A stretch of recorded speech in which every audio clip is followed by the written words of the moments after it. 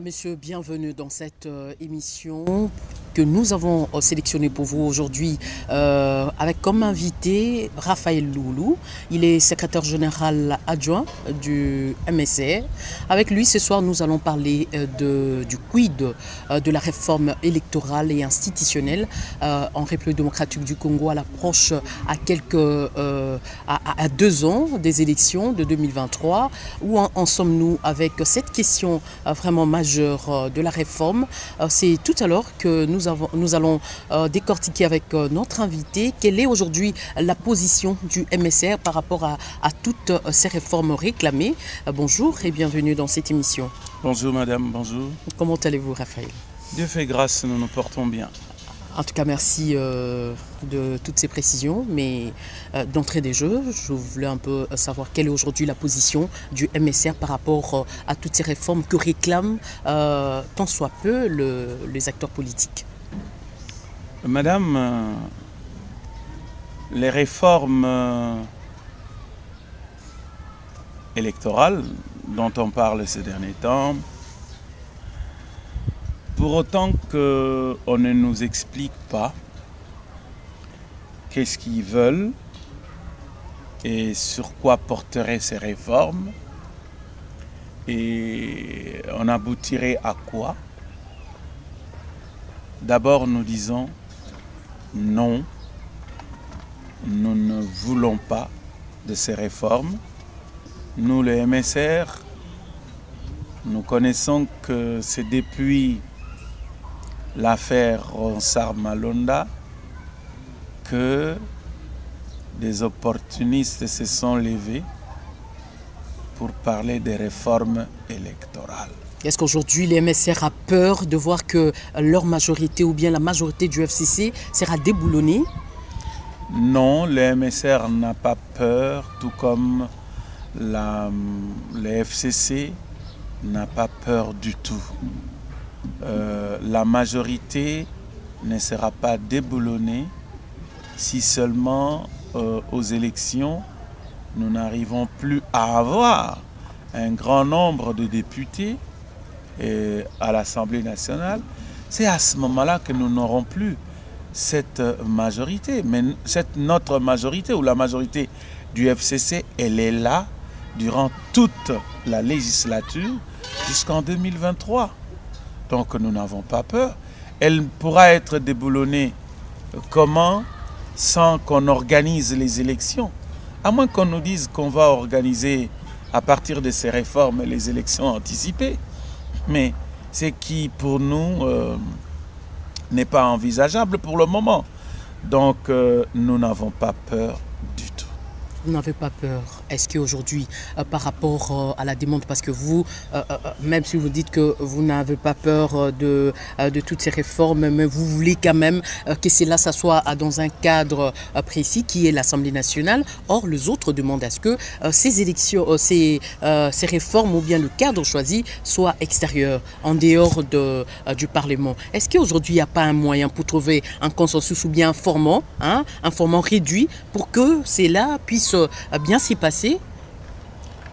D'aucuns parlent d'une approche consensuelle. Nous ne refusons pas. Mais ce consensus, on va le rechercher ou le retrouver où, madame? Et des gens qui confondent les époques. Nous ne sommes pas à l'époque d'avant le dialogue intercongolais. Nous sommes à l'époque où les institutions de la République sont mises en place et fonctionnent normalement. Nous sommes à l'époque où nous avons une constitution autour de laquelle nous avons tous fédéré, nous nous sommes retrouvés et le consensus a été trouvé. Et je ne vois pas quel consensus, où on irait encore chercher le consensus dans un pays qui a toutes les institutions qui fonctionnent, dans un pays où la Constitution est appliquée, elle est là, dans un pays où les lois de la République sont en train de nous gérer. Le consensus, c'est dans les lois. Les consensus, c'est dans la Constitution. Les consensus, c'est dans les institutions. Voulez-vous qu'on aille trouver le consensus en dehors de ce cadre-là, comme si la République démocratique du Congo n'a plus d'institutions? C'est comme pour dire que nous voulons donner un coup fatal à nos institutions.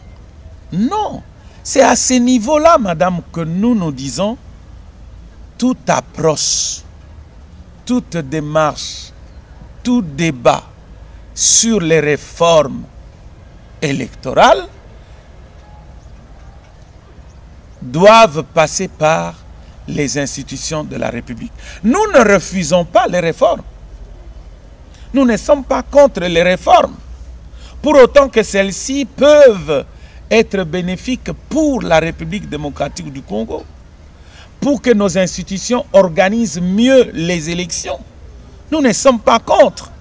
Mais ce que nous n'accepterons pas, à ce stade, nous ne voulons pas être anachroniques.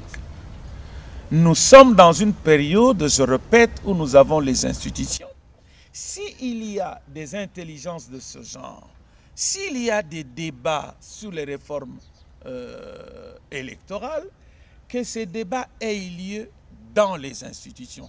Parce qu'au terme de la loi et d'après notre Constitution, il y a des institutions qui s'occupent des élections, de problèmes d'organisation des élections. Comment voulez-vous qu'on parle organisation des élections sans ces institutions? Sans que ces institutions républicaines, ces institutions politiques puissent piloter l'affaire des élections? Comment voulez-vous que de citoyens, de messieurs, prétendant être illuminés, comment voulez-vous que des intelligences venues de l'Occident nous apportent sur un plateau d'or des réflexions savantes venant d'une université, comme si nous n'avons pas d'université dans notre pays. Mais des réflexions qui peuvent quand même faire aboutir à quelque chose de consistant. Oui, madame, nous acceptons. Mais ce que nous reprochons au professeur Bob Kabamba, qui est venu organiser le forum sur les réformes électorales, disant que c'est l'université de Liège qui envoie venir le faire chez nous, en République démocratique du Congo, nous disons non. Si ces forums doivent être organisés ou étaient organisés par les institutions de la République, et ces institutions, bien entendu, pourraient inviter ces intelligences occidentales à venir nous expliquer, associés à d'autres illuminés, les 13 apôtres de la République démocratique du Congo, ça, c'est pas un problème, madame. Mais ce que nous refusons, c'est ce mépris-là, parce que c'est un mépris. Qui méprise qui? C'est un mépris. Ceux qui sont venus de la Belgique avec les idées savantes sur les réformes. C'est un mépris, madame. Croyez-vous qu'un professeur d'université de Kinshasa ou d'université de Lubumbashi ou de Kisangani peut quitter le Congo, il va avec ses réflexions dans la mallette ou dans sa tête, arriver à Bruxelles, quelque part, je ne sais pas, à Liège ou à Namur, il va organiser un forum sur les réformes électorales en Belgique. Est-ce que ça passera? Madame, votre silence déjà me dit que ça ne passera pas. Et votre sourire me confirme que ça ne passera pas. Vous dites que c'est ça peut-être la réponse, même les téléspectateurs. Mais la personne parmi les organisateurs, il y a le Bob là, c'est quand même d'origine congolaise. Madame d'origine congolaise naturalisée belge. Il a quand même le droit Il est d'origine congolaise naturalisée belge. Il roule pour la Belgique et non pour la République démocratique. Et pour quel intérêt aujourd'hui? Quel intérêt, madame? La Belgique n'a pas encore vu d'un bon oeil que les élections de 2018 aient été organisées par la RDC et financées par le Congo seul, sans elle.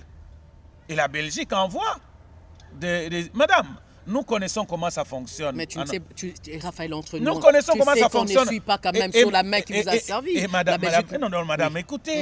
Écoutez, je ne suis pas de cet avis-là. Quelle est cette main qui nous a servi? Mais la Belgique a toujours été à côté de la RDC pour l'accompagner dans certaines bon nombre de choses. Quel service pendant qu'on est en train de nous avilir, madame? C'est un mépris. La République démocratique du Congo est un État indépendant et souverain. Nous venions de fêter 63e, je crois, année d'indépendance. 60 ans. 62. 60. Merci. Nous venons de fêter 62e année d'indépendance. 60 ans. 60? 60 ans. 60 ans. 60 ans d'indépendance, madame. 60 ans d'indépendance, nous sommes indépendants, souverains. Nous allons encore avoir la main qui nous nourrit. Voilà pourquoi nous ne voulons même pas, nous ne voulons même pas encourager l'agriculture. Parce qu'il y a... Mais non, il ne faut pas pointer le doigt. 60 ans d'indépendance, madame, on ne peut plus parler comme ça, avec un tel langage que la Belgique nous a servi. Elle ne nous a pas servi, elle nous a desservi, elle nous a avili, la Belgique. Parlons un peu de je continue, je termine. Parlons du formant, parce que le formant là est très important. Parce qu'aujourd'hui, tout le monde est d'accord pour le réforme, mais c'est le formant qui pose problème. Parlons un peu du formant. Est-ce qu'aujourd'hui, il n'y a pas moyen qu'aujourd'hui, vous, du FCC, vous amenez 20 personnes et ceux du cash amènent 20 personnes, la Mouka également amène 20 personnes et vous vous mettez hors du cadre peut-être institutionnel parce que toutes ces résolutions passeront toujours par la voie même institutionnelle. Dans cette formule que vous proposez, 20 de la Mouka, 20 de cash, 20 de CEPI... Est-ce que ce n'est pas faisable? Non, madame, je ne suis pas d'accord. Pourquoi? Parce que les élections, ce n'est pas l'affaire des partis politiques seulement. C'est l'affaire du peuple congolais. Et le peuple congolais se retrouve au travers des institutions républicaines. Et aujourd'hui, vous, du FCC, vous voulez profiter de cette majorité pour primer votre pouvoir au sein de cette... Ils ont peur de la majorité du FCC. Et vous également, vous avez peur de part et d'autre. Non, madame. C'est la peur de la majorité du FCC qu'ils veulent contourner. Non. Vous ne pouvez pas avoir peur. Je viens de vous dire ici, madame, que vous le vouliez ou non. Que vous couchiez par terre. Que vous restiez debout. Que vous vous jetiez dans le fleuve. La majorité du FCC restera là avec vous pendant 5 ans. Mais vous n'allez pas la déplacer. Mais vous ne voyez pas que c'est la risque bloqué de choses. Non, madame, c'est ça la démocratie. Il ne faut pas fuir la démocratie lorsqu'elle arrive avec d'autres réalités. Non, c'est ça la démocratie, on s'assume. Et il faut s'assumer. Nous, FCC, nous avons perdu l'élection présidentielle. Nous nous assumons. Nous avons accepté avec fair play les résultats. Félix Tshisekedi est président de la République. Nous, FCC, nous disons, il est président de la République démocratique du Congo. Et nous nous inclinons devant lui. Inclinez-vous aussi devant la majorité parlementaire du FCC qui est au Parlement. Pourquoi chercher des subterfuges pour la contourner? On ne la contournera pas, nous disons, le débat dans les institutions. Nous ne pouvons pas appeler 50 FCC, 20 de je sais pas, 20 de ceci ou 30 du FCC. Non, l'élection ou les élections, ce n'est pas l'affaire des partis politiques seulement, c'est l'affaire de tout le peuple congolais. Et le peuple congolais est représenté dans les institutions. Et ce sont les institutions qui parlent, qui agissent au nom du peuple congolais. Et pour l'intérêt de celui-ci. Comment voulez-vous qu'on admette un pays... L'Occident, madame, vous savez, elle cherche la mainmise sur les élections en République démocratique du Congo. Et voilà une façon malicieuse de revenir pour avoir la mainmise, c'est d'envoyer... Vous l'avez dit, vous voyez vous-même, vous avez mordu à l'hameçon. Le professeur Bob Kabamba, il est congolais, il vient, c'est un professeur d'université. On veut montrer l'aspect désintéressé et de la personne qui est venue avec le forum et de ceux qui l'ont envoyé. Pendant que l'intérêt est là-dedans. Nous, heureusement que nous avons déniché ça à l'avance. C'est pourquoi nous disons non. Voilà pourquoi est-ce que vous avez refusé de prendre part à l'ouverture de ces assises. Nous avons refusé parce que ça doit passer par les institutions. si le professeur Bob Kabamba et tous les organisateurs ou les initiateurs et même nos 13 personnalités politiques qui sont aussi dans la même démarche, curieusement, et pour les gens qui ne comprennent pas, 13 personnalités ont commencé le même thème. La Belgique envoie un émissaire, Bob Kabamba, un Congolais d'origine, avec le même thème. Vous croyez que c'est un hasard? Ce n'est pas un hasard. Voilà le modus operandi de l'impérialisme. Ah bon? Oui, oui. Voilà. Et nous dénonçons ça, nous disons non. Qu'est-ce que vous reprochez à ces 13 parlementaires? Je reproche aux 13 parlementaires, non pas le fait qu'ils aient imaginé des stratégies qui peuvent être bonnes, mais le fait de prendre ces stratégies et les sortir de cadre institutionnel. Pendant que beaucoup d'entre eux, si pas tous, sont membres du Parlement. Le Parlement ou l'Assemblée nationale qui est le creuset de la démocratie. Pourquoi même les parlementaires fuient les débats à l'Assemblée nationale? Pourquoi? Pourquoi les parlementaires qui ont été élus par leur peuple pour le représenter, pour leurs électeurs, pour les représenter à l'Assemblée nationale, à l'hémicycle, et parler à leur nom et à leur place, et pour leurs intérêts, fuient l'hémicycle, vont avec le débat en dehors de l'hémicycle? C'est curieux ça. Madame, vous croyez que c'est un fait de hasard? Selon vous, ça augure quelque chose de mauvais? Mais non, ça augure quoi? Le complot de l'Occident qui utilise de gens à l'interne. Les 13, Bob Kabamba vient, Université de Liège. Ça, voilà le scénario qu'on commence à nous présenter pour qu'on morde. Non, nous disons non. Allons dans les institutions. Les débats là, il est bon.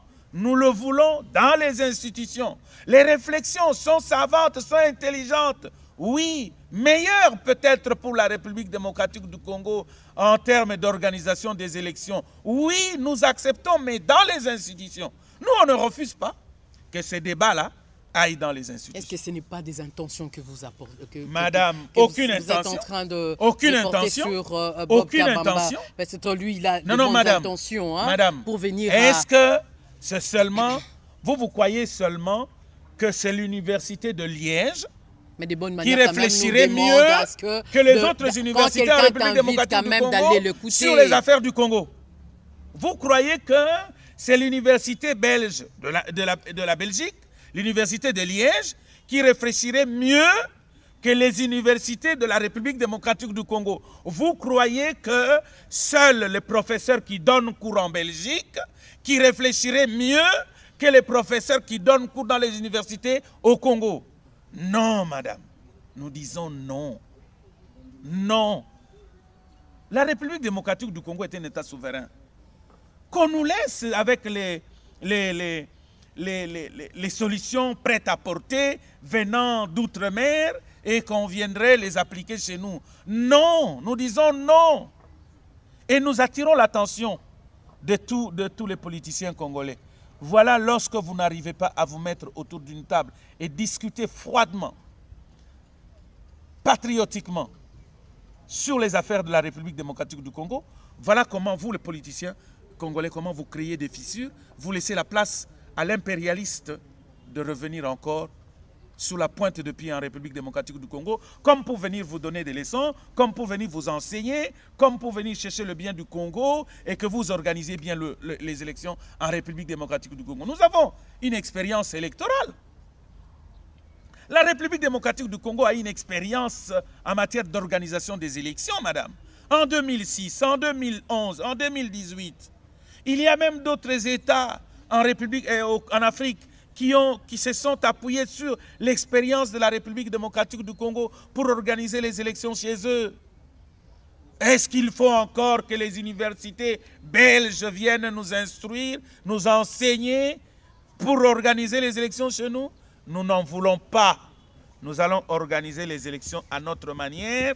les professeurs d'université qui sont ici au Congo, des intelligences que nous connaissons, peuvent se réunir et réfléchir sur les réformes à apporter sur les élections dans notre pays et les organiser sans problème. Nous ne voulons pas des plats prêts à porter.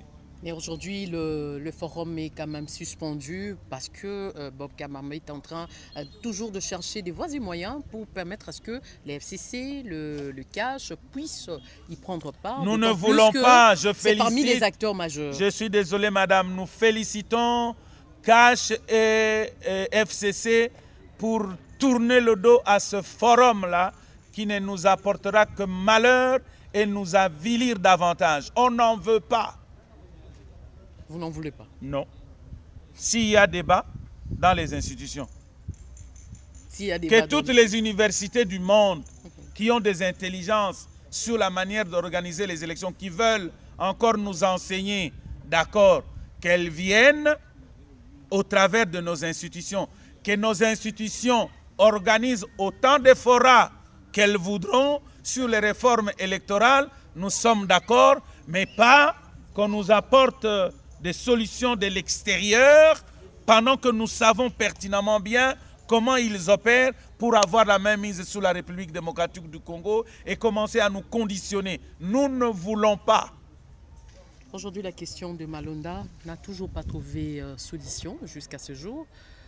Parmi d'autres personnes, ils pensent que le réforme doit également s'élargir au niveau du bureau de la CENI. Votre point de vue?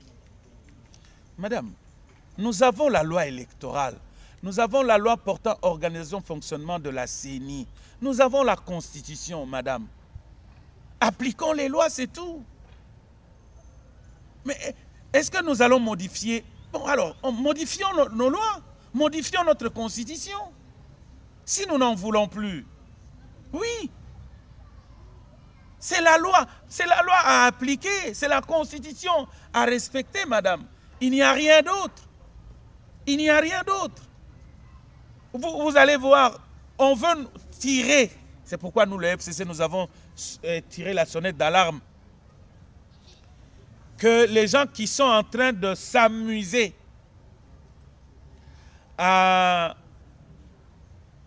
repousser les élections plus loin par des subterfuges de ce genre ne doivent pas compter avec nous.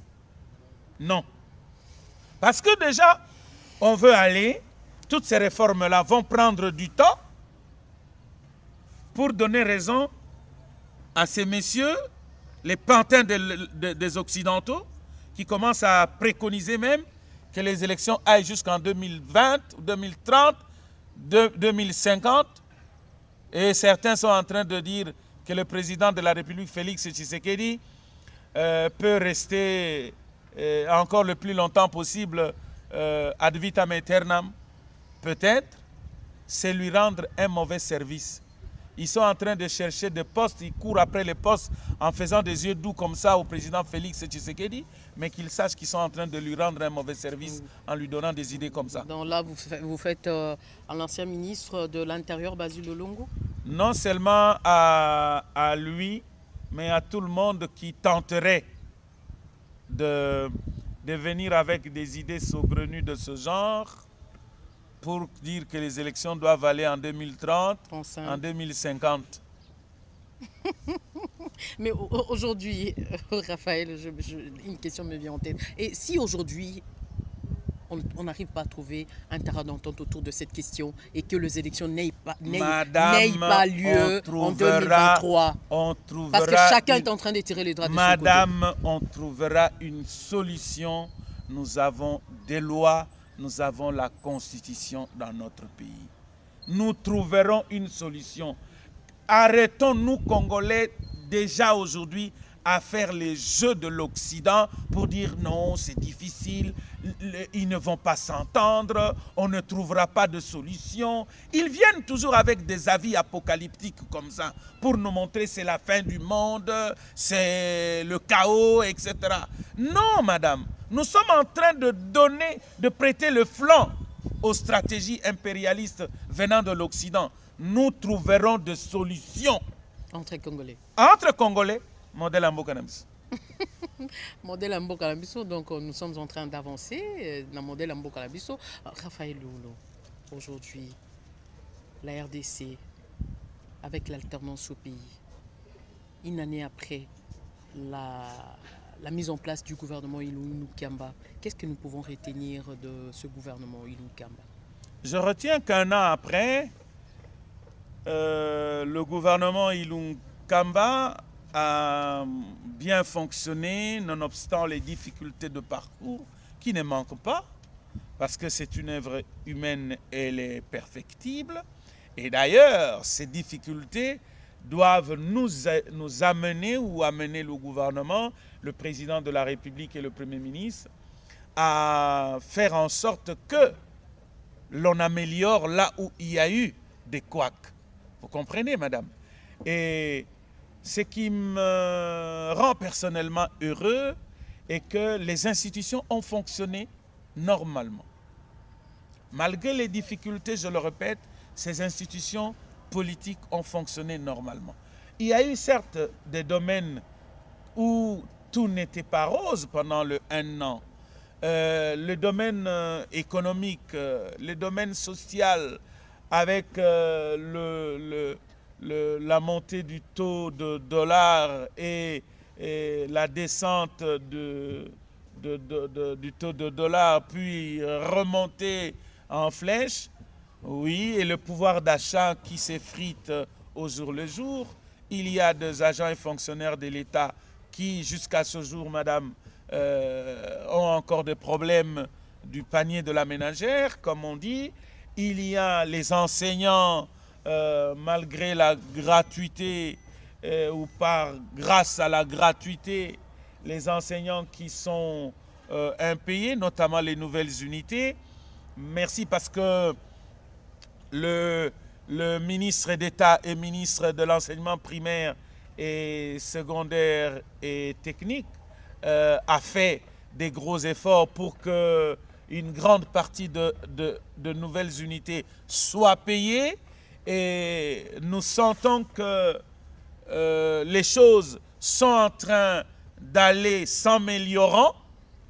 Nous gardons l'espoir que avec beaucoup de volonté politique, les choses pourraient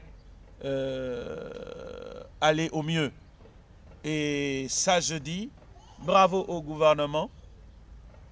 Sauf que un point négatif, c'est de voir que dans certaines institutions, il y a des gens qui, exerçant les fonctions d'État, d'hommes d'État, ont encore des velléités militantistes dans leur tête et dans leur cœur. Ils agissent comme les militants des partis politiques ou des parlementaires debout. Et ça n'a pas aidé pendant 1 an. Mais nous pensons que ces militants-là qui croient, qui se trompent encore, doivent comprendre que quand on est revêtu du pouvoir d'État et qu'on est homme d'État, on n'appartient plus à son parti politique ou à sa famille politique. On ne vient pas dans les fonctions d'État refléter ce que le parti a dit, ce que la plateforme politique a dit. On est homme d'État, on est pour tous les citoyens. Et pour moi, je voudrais dire que dans les institutions, que les dirigeants ou les membres qui s'y trouvent fassent preuve de beaucoup de culture politique, qu'ils comprennent qu'ils sont là pour les biens du peuple congolais et non pour le bien de leur propre parti politique. En tout cas, on me signale déjà que nous sommes presque à la fin de notre émission. Raphaël, est-ce que vous avez un mot à dire, bien de mots que vous voulez dire et que vous n'avez pas dit? C'est sur quoi je voudrais marteler, madame, c'est dire que les réformes électorales en question, si elles sont importantes et bénéfiques pour notre pays, nous acceptons, mais les débats, les discussions qui amèneraient ces réformes doivent se faire dans les institutions. Nous refusons, un, que les discussions, les débats se fassent en dehors des institutions. Deux, nous refusons les dictats de l'Occident, même si ces dictats-là doivent venir par nos propres frères qui sont moulus dans l'occidentalisme. En tout cas, je vous dis, Raphaël, je vous dis merci de nous avoir acceptés sur ce plateau ou bien d'être notre invité ce soir. Et chers téléspectateurs, je vous dis merci de nous avoir suivis. Je crois que vous avez suivi Raphaël au cours de cette émission. Donc, toutes vos questions ont eu quand même des réponses, quand bien même certaines réponses vont vous satisfaire, d'autres non. En tout cas, les réponses ont été données au cours de cette émission. Je vous dis merci. Merci à l'équipe technique. Là, je dis merci à Brandon Milalou, Jerez Mabeka, à Tonton Ebongo, à Missy Chomba. Là, je dis encore merci à Bijou Unjonji Bateko pour avoir supervisé cette émission. Quant à moi, je vous dis merci et restez branchés en compagnie de la télé démocratique. Au revoir.